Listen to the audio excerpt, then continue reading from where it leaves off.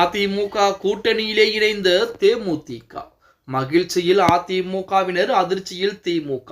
8 தொகுதிகளை ஒதுக்கி கொடுத்து எடப்பாடி பழனிசாமி. நண்பர்களே, அதிமுக தொண்டர்களாக இருந்தீங்க அப்படின்னா மறக்காம நம்ம சேனலை சப்ஸ்கிரைப் பண்ணிட்டு இந்த வீடியோக்கு ஒரு லைக் பண்ணிருங்க. இந்திய அண்ணா திராவிட முன்னேற்ற கழகம் 2026 சட்டமன்ற தேர்தலை பொறுத்த வரைக்கும் மெகா கூட்டணியை அமைத்து வைத்திருக்கிறது அப்படிங்கிற தகவல் நம்ம அனைவருக்கும். அந்த கூட்டணியிலே மிக விரைவாக தேமுதிக இணைய போகிறது என அதிகாரப்பூர்வமான தகவல் என்பது அதிமுகவின் சார்பாக வெளியிடப்பட்டிருக்கு.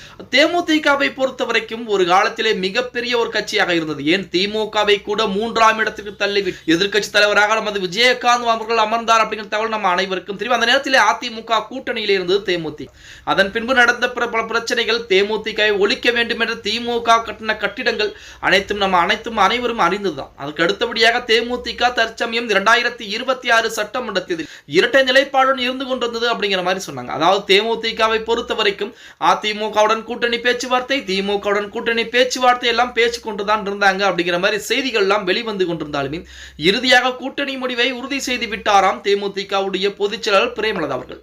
அதாவது அதிமுக கூட்டணியிலே பேச்சுவார்த்தை என்பது முடிக்கப்பட்டு 8 தொகுதிகள் பிளஸ் ஒரு ராஜ்யசபா சீட் என மொத்தமாக 9 தொகுதிகளுக்கு ஒத்துக்கொண்டிருக்கிறார் அப்படிங்கிற செய்திகள் தான் தற்சமயம் இணையதளங்களிலே உலா வந்து. அதாவது தமிழக சட்டமன்ற தேர்தலில் மறைந்த கேப்டன் விஜயகாந்துடைய தேமுதிக எந்த அணியுடன் கூட்டணி வைக்கும் என்ற எதிர்பார்ப்பு அதிகரித்துக் கொண்டேதான் இருக்கு. தகவலின்படி தேமுதிக மீண்டும் அதிமுக தலைமையிலான கூட்டணியில் இணையவே வாய்ப்பு இருப்பதாக சொல்றாங்க. இரு தரப்பிற்கும் இடையே முதற்கட்ட பேச்சுவார்த்தை மிகவும் ரகசியமாகவும் அதே சமயம் சுமூகமாகவும் முடிந்த நிலையிலே அதிகாரப்பூர்வமான அறிவிப்பு எப்போது வேண்டுமானாலும் வெளியாகலாம் என எதிர்பார்க்கப்படும்.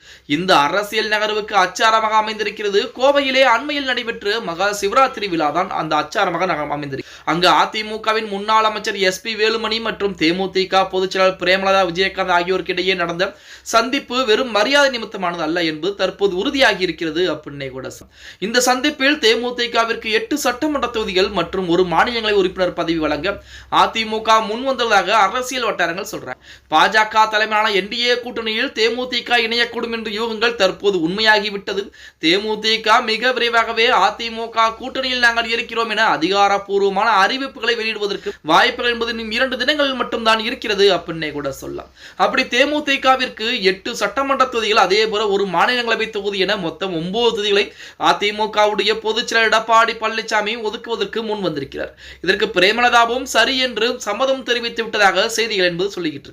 அப்படி இருக்கக்கூடிய ஒரு சூழலில் NDA கூட அதிமுகவுடைய கூட்டணியிலே இன்னும் 2-3 தினங்களில் அதிகாரப்பூர்வமான அறிவிப்பை தேமுதிகவுடைய முக்கிய தலைவராக, அதாவது பொதுச் செயலாளர் கூடிய பிரேமலதா அவர்கள் வெளியிட இருக்கிறார் அப்படிங்கிற செய்திகள் தற்சமயம் இணையதளங்களிலே உலா வந்து கொண்டிருக்கிறது அப்படின்னே கூட சொல்லலாம். ஓகே गाइस, வீடியோ பிடிச்சிருந்தா மறக்காம லைக் பண்ணிருங்க. அப்படி நம்ம போடக்கூடிய வீடியோ பத்தின கருத்துக்களை கீழே மறக்காம கமெண்ட் பாக்ஸ்ல பதிவு நண்பா.